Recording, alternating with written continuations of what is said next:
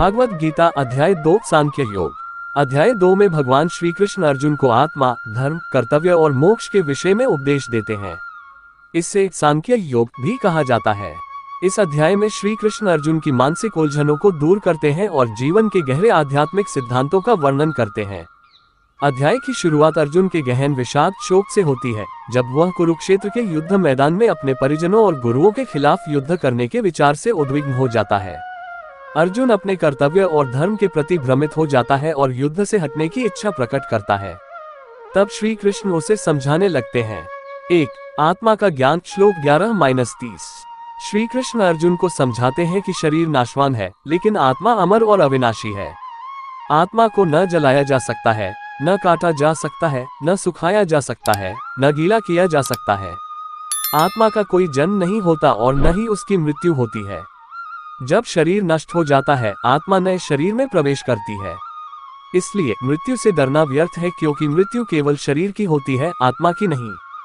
इस प्रकार अर्जुन को ये ज्ञान प्राप्त होता है कि आत्मा नित्य है और केवल शरीर का परिवर्तन होता है। 2. कर्तव्य और निष्काम कर्म। श्लोक 31-38। श्री कृष्ण अर्जुन को उसके क्षत्रिय धर्म का स्मरण कराते हैं। एक क्षत्रिय का कर्तव्य धर्म के लिए युद्ध करना है। धर्मयुद्ध से पीछे हटना कायरता मानी जाती है और यह समाज में अपयश का कारण बनता है।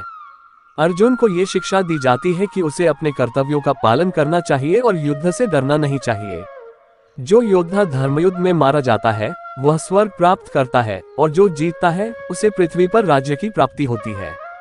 इसलिए उसे फल की चिंता किए बिना अपना कर्तव्य निभाना चाहिए। 3. संभाव और ज्ञान योग। श्लोक 39-53।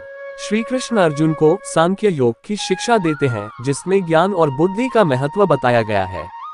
इस योग में मनुष्य को सभी परिस्थितियों में संभाव सुख दुख, जय पराजय, लाभ हानि बनाए रखना चाहिए। कर्म करना आवश्यक है, परंतु कर्म के फल की चिंता छोड़ देनी चाहिए। श्री कृष्ण अर्जुन को समझाते हैं कि केवल कर्म करना मनुष्य के हाथ में है, फल नहीं। इसलिए फल की चिंता किए बिना कर्म करना ही सही मार्ग है। इस ज्ञान से मनुष्य माया, मोह और अविद्या, अज्ञान से मुक्त हो जाता है। 4. स्थिर बुद्धि और आत्म साक्षात्कार। श्लोक 54-72। अर्जुन श्री कृष्ण से प्रश्न करता है कि स्थिर बुद्धि संकल्प में दृढ़ व्यक्ति कैसा होता है और वह कैसा व्यवहार करता है। इस पर श्री कृष्ण उत्तर देते हैं कि स्थिर बुद्धि व्यक्ति इच्छाओं से मुक्त होता है और मन को वश में रखता है। वह सभी भौतिक सुखों, कामनाओं और मोह से ऊपर उठकर आत्म साक्षात्कार की स्थिति में रहता है। ऐसे व्यक्ति के मन में किसी प्रकार की चिंता, भय या क्रोध नहीं होता। वह न सुख में उन्मत्त होता है, न दुख में उदास होता है। स्थिर बुद्धि व्यक्ति हमेशा आत्मा में स्थित रहता है और उसकी चेतना ईश्वर के साथ जुड़ी रहती है। अध्याय का सार। भागवत का दूसरा अध्याय जीवन और आत्मा के गुण तत्वों पर प्रकाश डालता है। श्री कृष्ण अर्जुन को सिखाते हैं कि जीवन केवल शरीर तक सीमित नहीं है, आत्मा अमर और शाश्वत है।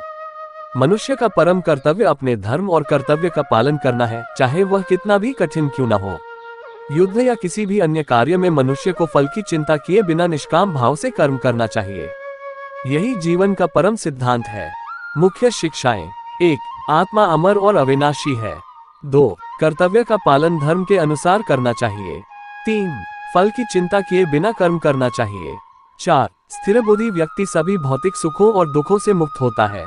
अध्याय 2 अर्जुन की मानसिक अवस्था को सुधारता है और उसे अपने कर्तव्यों की ओर लौटाता है, जो जीवन के गुण और शाश्वत सिद्धांतों को समझने में सहायक होता है।